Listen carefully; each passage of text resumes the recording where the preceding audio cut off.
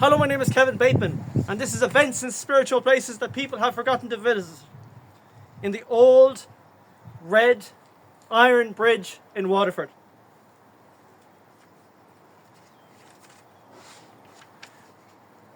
There can be only one. Spiders. There are no mirrors in my home. Why, you ask, is not a question. All I see is spiders. Spiders everywhere. All over my beard. Little thin legs creep and move. They are everywhere. Creep in soul of mind. I smash every one. Shattered glass on the floor cuts my feet. Blood is everywhere. And no spiders in sight.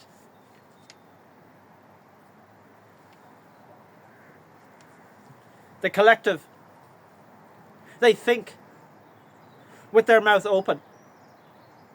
They would not even know how to dream. They speak outside their mind. When there are toast scrums in their bed, it feels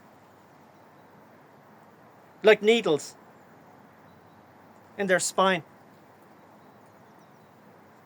They do not like anyone.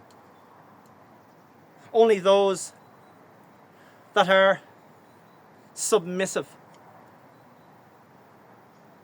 They are like a tall tree that reacts to everything around them. The eyes of the soul are peeled outside your life.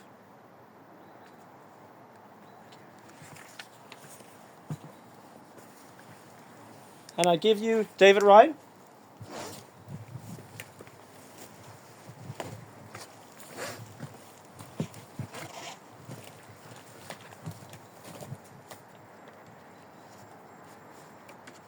This is called Only You Know. Only to see your face, who needs the sun? You make the shadows dance and still hearts beat. You bullet my eyes like a loaded gun. Only to see your face, who needs the sun? You nail my soul to its crucifixion, but still know me better than anyone. Only to see your face, who needs the sun?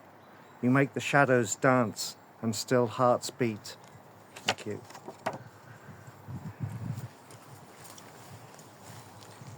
This is called Address for Latter-day Locusts.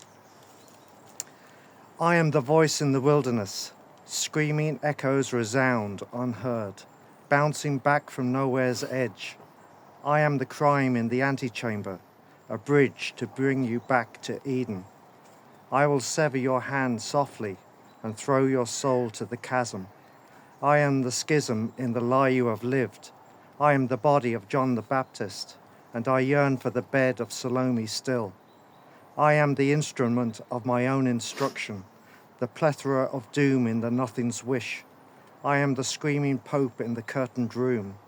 I am the misread transcription of knowledge none, the unfound triangle in the tomb of stone. I am the troglodyte of classical Rome. I am the shadow that blazes out, Amun-Ra's dullness dying in sand, like the hope of Germanicus in Antioch's dust, the funeral urn we drain down our throats, and fearsome castles drowned in their own moats. I am the intestate behest, a feather on the breath of God, her dictates ignored by the multitudes. I am the soap at the basin's edge, a razor's bounty of ceramic flecked, the cream of local assizes. I am the scum that also rises.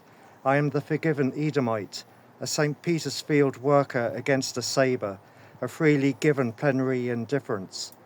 I am the progeny of my own son, the unwrinkling of our DNA. I am the every cat who has his day.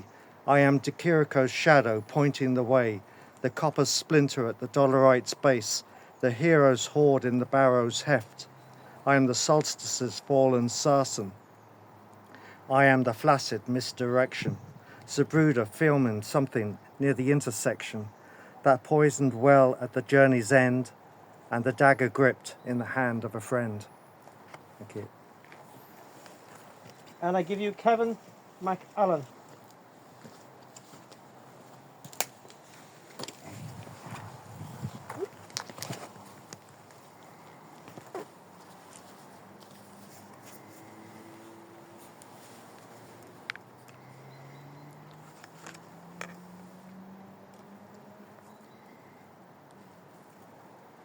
Waterford Fields. And when the boys have left their fields and left their youth and left their tight, smooth skins, the skies are dressed in colder sunsets, blown further in, pressed deeper into a slot of thought less often dislodged as a memory by the probing scratch of reminiscence. Etched into the dead, dark soil, small allotments of wind-torn labour in heathered fields strewn with dusk, on coastal farms grow sheep and old and shorter visions until ruptured dry stones are the only sight. Sad patchwork silhouettes stooped beneath the weight of darkening sky. Drumming winds erode to dust each clump of grey-brown sod and drive to foam the bay's wet head, to rob the farm as age robs man.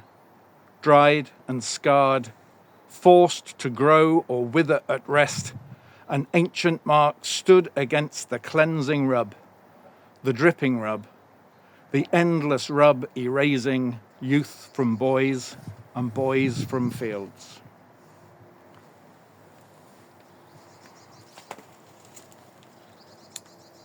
This is Thank You, Ross Gay.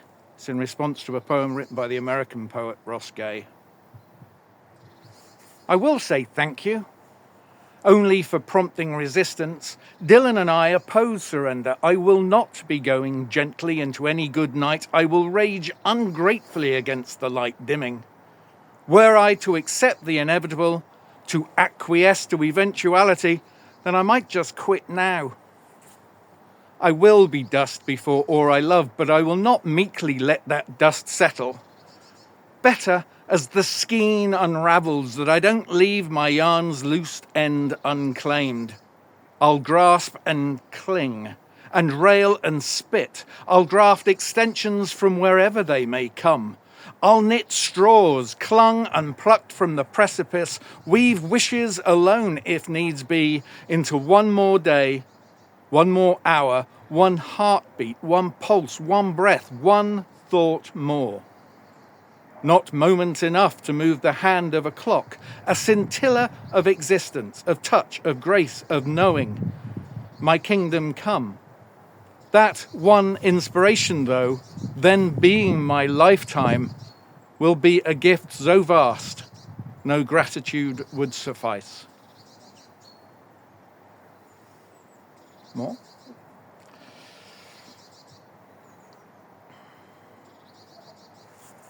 How poets will save the world. How poets will save the world. Not by reminiscing.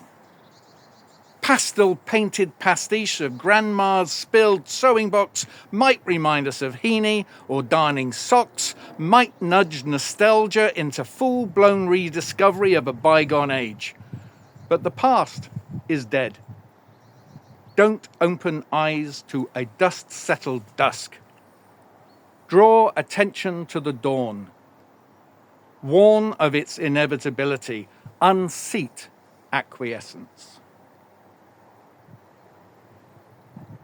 a short one to finish called Red Sunflower. In 5 billion years or so, our sun will transition from yellow dwarf to red giant. Its outer layers will consume Mercury and Venus. Scientists are still debating whether Earth will be engulfed or orbit dangerously close. For nostalgia alone, will be long gone.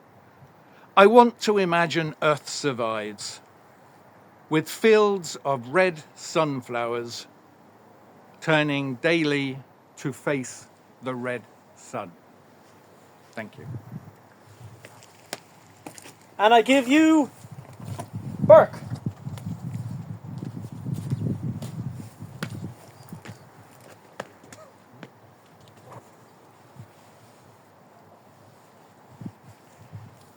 I wrote about 3 days in November. November 28. I purchased a new television today. There's no time to watch anything, though.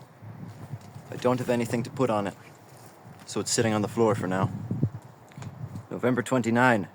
A dark room full of bad coughs. A wet street full of lights. The bounce of a ball. Smoke and wires under the sky. November 30th. Gum chewed on an afternoon train. Or a bus, going somewhere. That was about gum.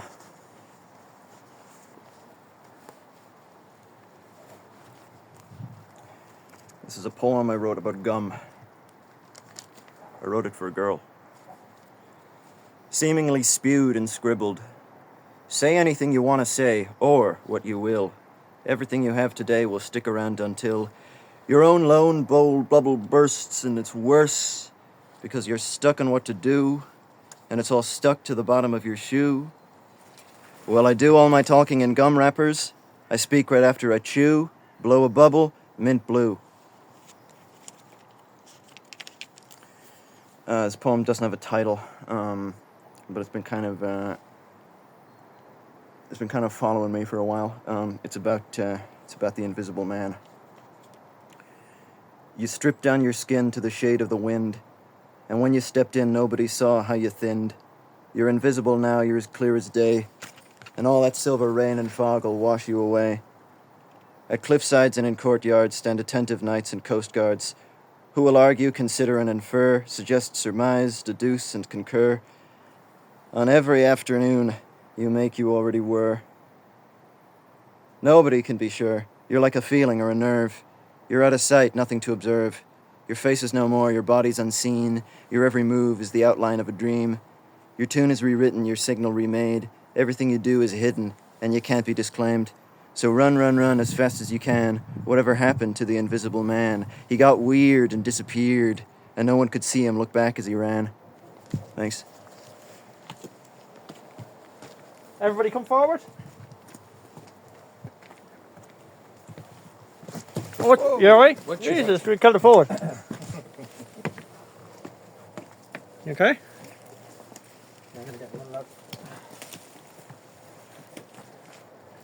Hello, my name is Kevin Bateman, and this is Events and Spiritual Places that people have forgotten to visit. The old red iron bridge in Waterford City. There can be only one. I give you Kevin McAlan. I give you Burke. I give you David Ryan.